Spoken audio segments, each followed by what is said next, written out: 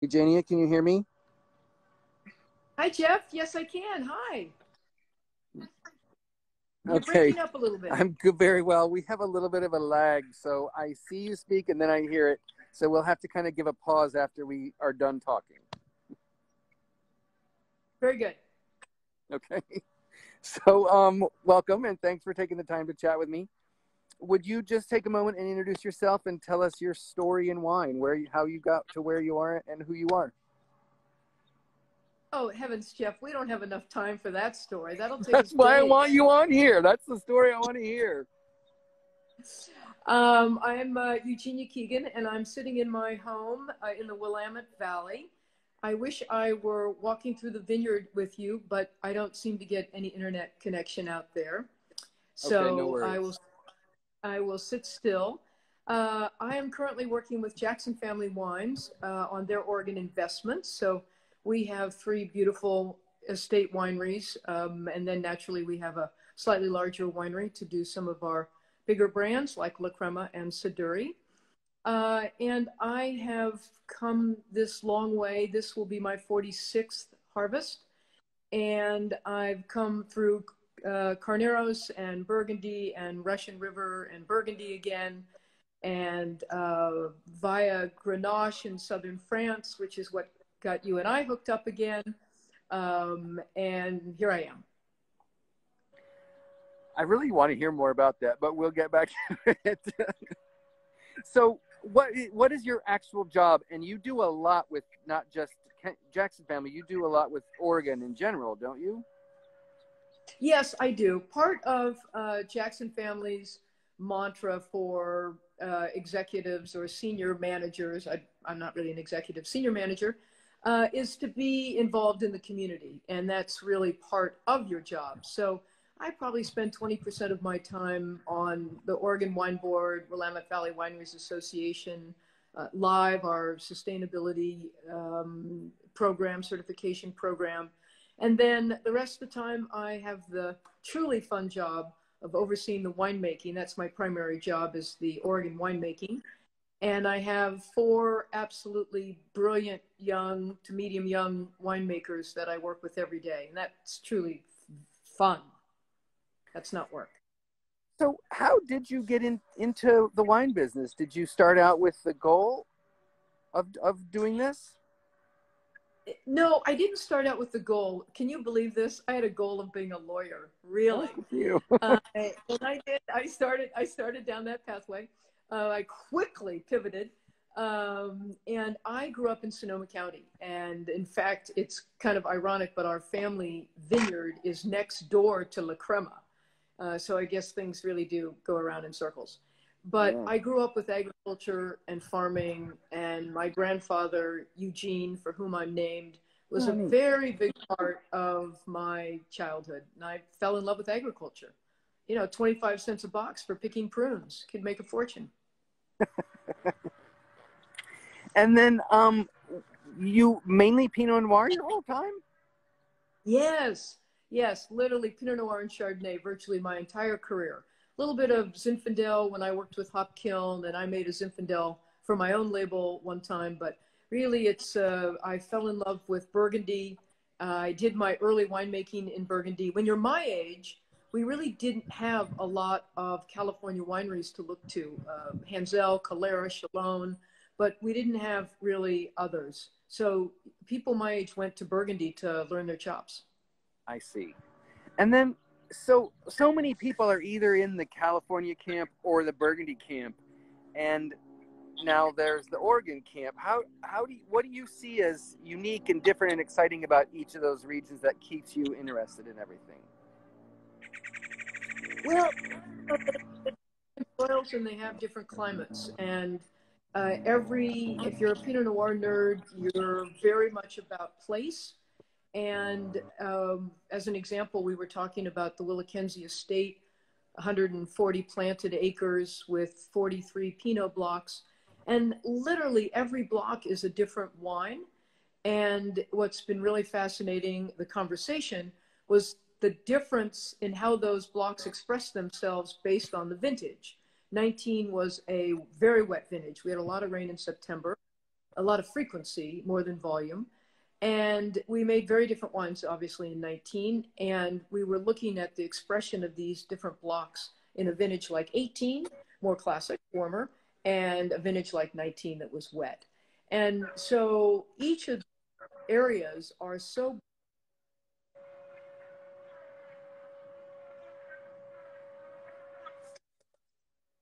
I lost you for a each of second these there, areas Eugenia. are so broad.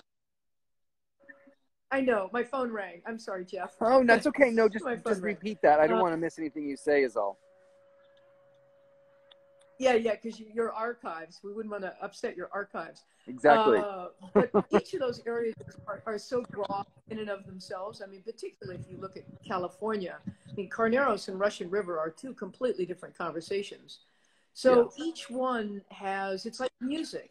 It's like music. I mean, I love all music, but even within the genre called classical music, you know, Beethoven is not Mozart, none of them are Schoenberg. So, you know, there's still loads to learn. Every vintage, of course, is new, but even without the differential of vintage, every region, there's so much to explore. You couldn't possibly get through it all.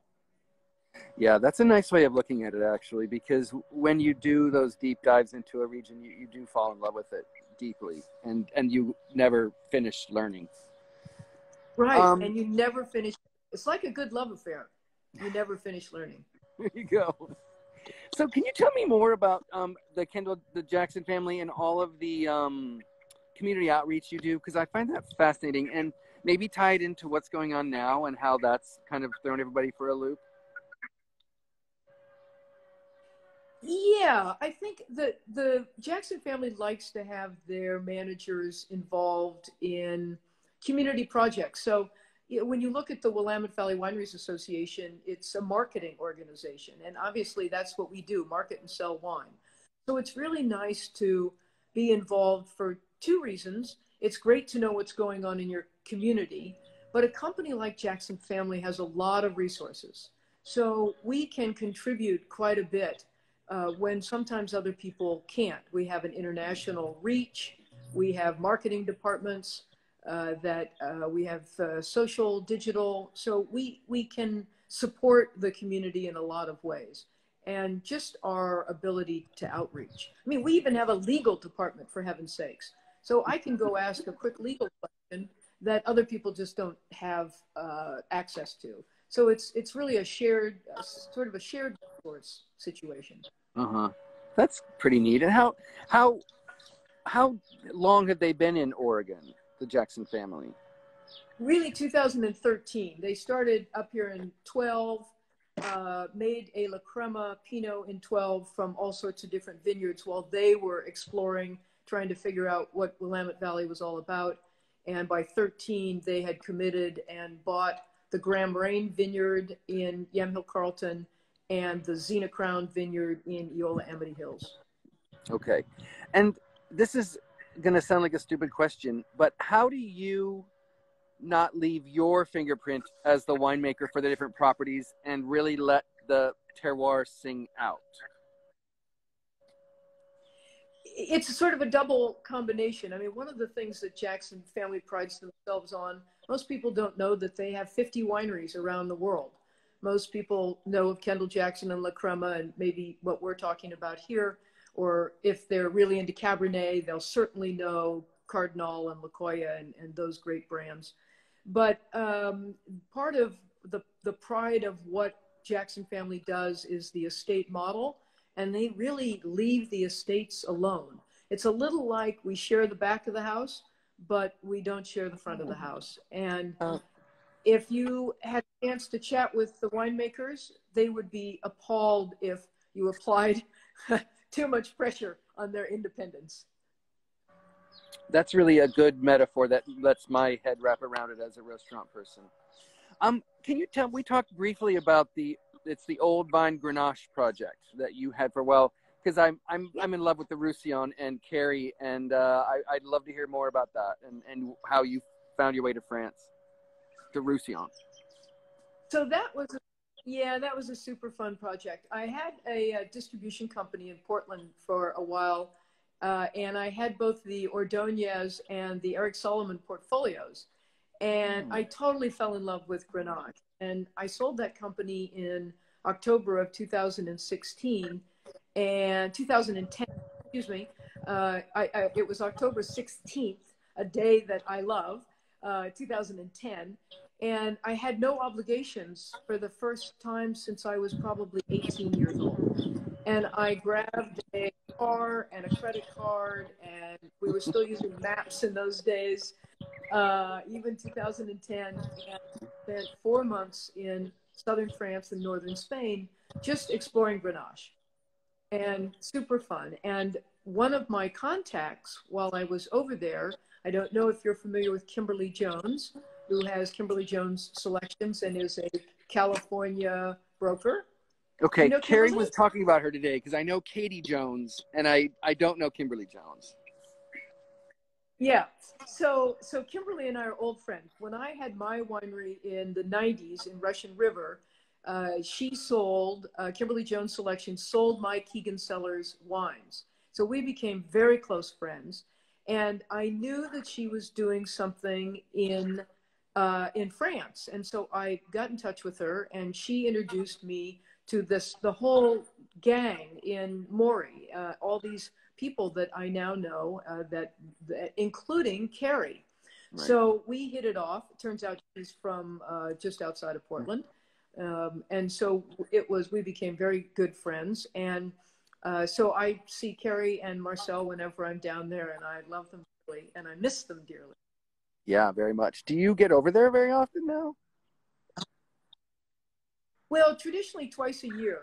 It's been a little less these last couple of years, but I'll go over in February to prune grapevines and sometime at the end of harvest to see what's up. My dear friends also that I met there, the Calvets, Marie and Jean-Roger Calvet, have a winery called Tunevan Calvet, and they oversee and manage my 2 little vineyards there, and the grapes go in there, and the wines get made there. I just had their 83 Moree, the Vendu, which was extraordinary, and then the current release of their Red, that's with the Jean-Luc, right? That's the Tunevan, that's the partner. Yeah, that's the partner, exactly. Wow, it's a small world in Roussillon. So, can you talk about? It's so small. It's so small that everybody knows you're there within 5 minutes of your arrival. Truly. Exactly. And then you have to start making excuses why you can't get around. Yeah, you can't get away. So, do you think, since you do love Grenache, do you think Grenache speaks of the place as well as Pinot Noir? No, I don't. I don't really. And you know what some of that may be is that it's traditionally grown in very hot areas. Yeah. And I suspect that if Grenache would ripen, it won't ripen in the Willamette Valley. One of our colleagues tried to grow Grenache, and he couldn't even get it ripe enough for rosé. But if with climate change, it's something to think about. And I think if Grenache were planted, remember how much of the Grenache was used for sweet wine early on. And if you even go to Moree, then the prized areas were the south-facing hills because they got just, hotter than blazes. Now we all want the north-facing hills because we want to make still wine and we want cooler sites. So I think if Grenache were rethought out and it were planted in areas where it would ripen, it was cropped properly. Remember, it's always overcropped.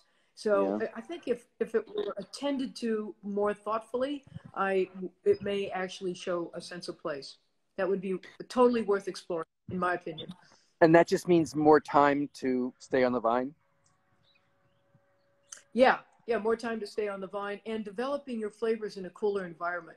One of the things that differentiates California and Oregon, because if you look at their curves, they have the same rain curve. We rain later in the season, start earlier, but we still have droughts in the summer. We don't get a drop of rain in the summer.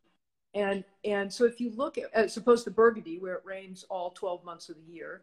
So, we're very similar to California, but one of the key differences is that as the grapes are at the very end of their ripening, it is much cooler in Oregon. So it's probably 70 to 75 degrees as opposed to 80 to 85 degrees. Okay. And that's a real differential. And how does that manifest itself in taste? Freshness versus jamminess. I mean, obviously more acid. Okay, sure. For starters, there's more natural acid. But in the taste, I think if I were to simplify it, it would be fresh fruit versus jammy fruit.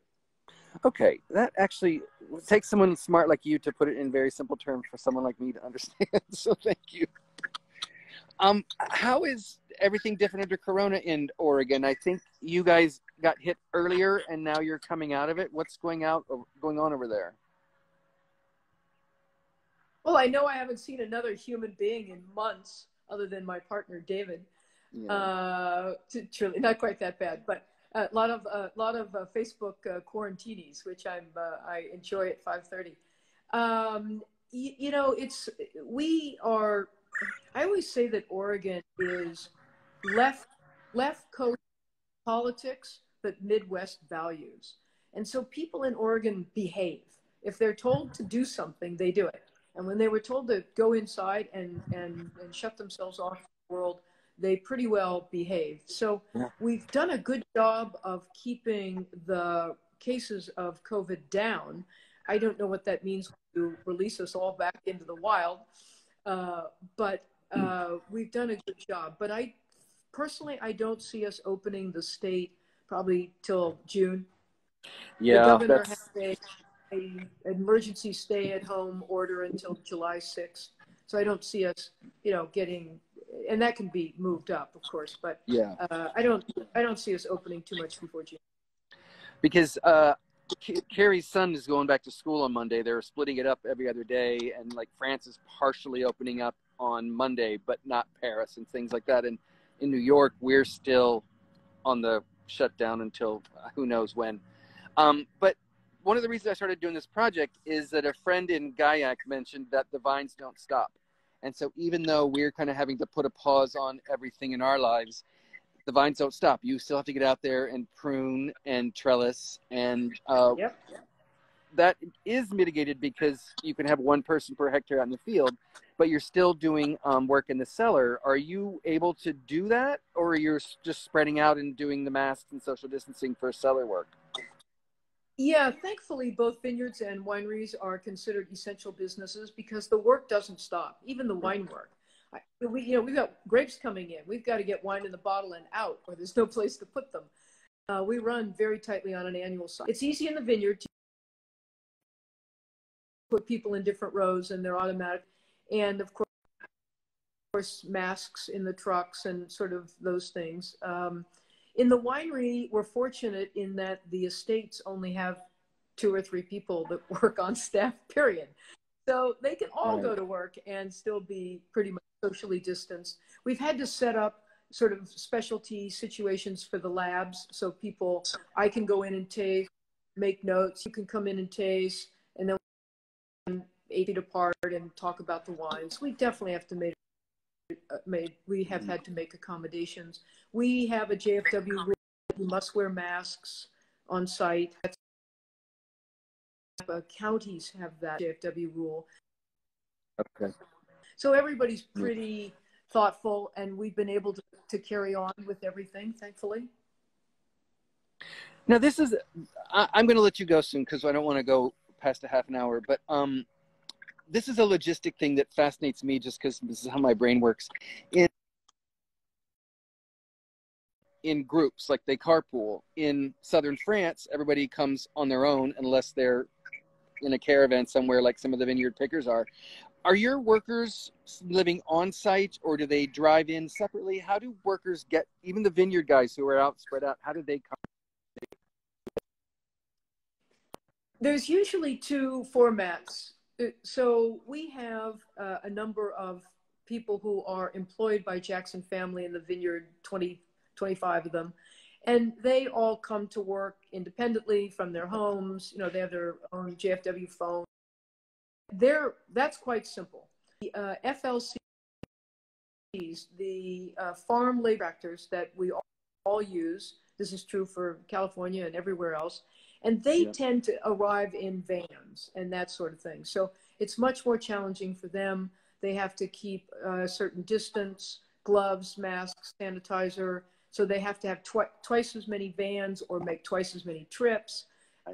We have different rules for how many bathrooms you have to have per person. There are a lot of new rules that are either just going into effect or will be. And so, yes, there are accommodations being made. They're certainly doable. It's those things that we don't think about. I didn't mean to interrupt you, but continue. Right. They cost money, and they are another phone call. No worries. I can't believe the phone just rang twice. It never rings. I get Zoomed, but I don't. But anyway, so the tasting rooms. There's a lot of accommodations there, so we're working on that now. We're doing drawings on where you can have people, groups sit and taste and all of that. It's complicated, but it's doable. Yeah, that's one thing about when we open our restaurant again. It's like the even the little things about, they say people are in some of the places that are open, everybody gets a little paper bag to put your mask in while you're having dinner. All those little steps. Right, I read that. What's happening in the vineyard right now? Because I've been all over the place climate-wise, and it's just bud break in England this morning, but in Mexico or in some parts of the Languedoc they have flowering. Sonoma had flowering. Where are you guys? I know. We've got growth about maybe 3 to 4 inches. We're just starting our maybe a little bit more, sort of our second round of spray. You sort of spray at 4, 8, 16, 24. That's prophylactic. You need to look at what you're doing. But so we're just getting started, and all the vineyards are beautiful because they have this. Right now they're all even, so they all have this green patch above them. Okay. It's absolutely beautiful. We're disking. So spraying and disking, 2 things. We've pruned, we've done all the time. Now we're doing spraying and disking. That was a data lag, I think. Can you just repeat the last 10 seconds you just said? Right now we're doing our spraying and disking. Okay. I guess I don't want to take any more of your time. I really enjoyed chatting with you. I'm trying out a new spot. Someone's sandblasting or something back there. But I'm so glad Carrie brought us together and recommended that I reach out to you. And thank you for taking the time to chat with me. It's been insightful and educational for me. Thank you. It was a ton of fun, and I can't believe the archives. I've thought about the archives that you're going to have from COVID-19, and it is historically, this is going to be a remarkable collection. Thank you. You're so kind. Thank you. It's cool. Thank you. Bye-bye.